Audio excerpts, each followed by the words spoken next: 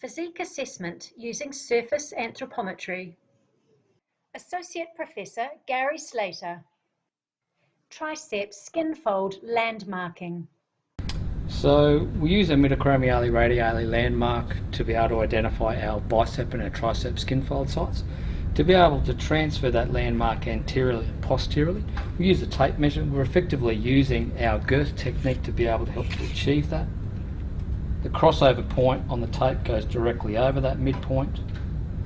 We're simply coming around and confirming the tape anteriorly and posteriorly is running perpendicular to the long axis of the arm.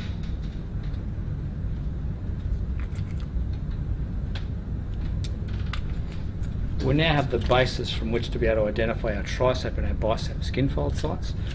They have many things in common, but one of the key things that we need to give consideration to is the tricep is identified when we are directly behind the subject and we mark in the middle of the arm, so the halfway point if you like, subjectively between the most medial and most lateral aspect. For the bicep, it is the midpoint of the muscle belly, making sure that your subject is in the mid-prone position.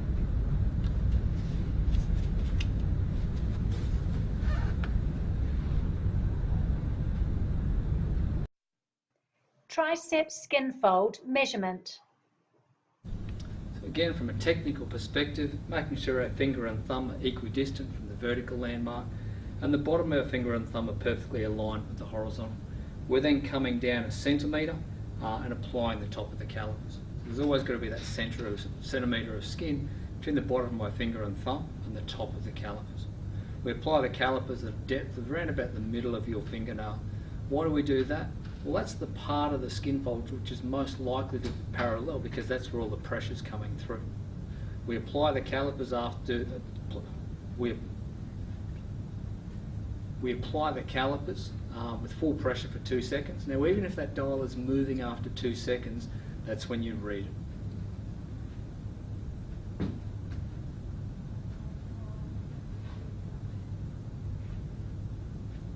.1.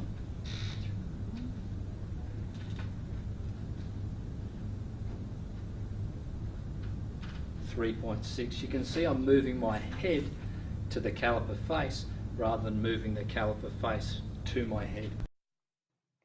For further information on physique assessment, see our book, Best Practice Protocols for Physique Assessment in Sport, published by Springer.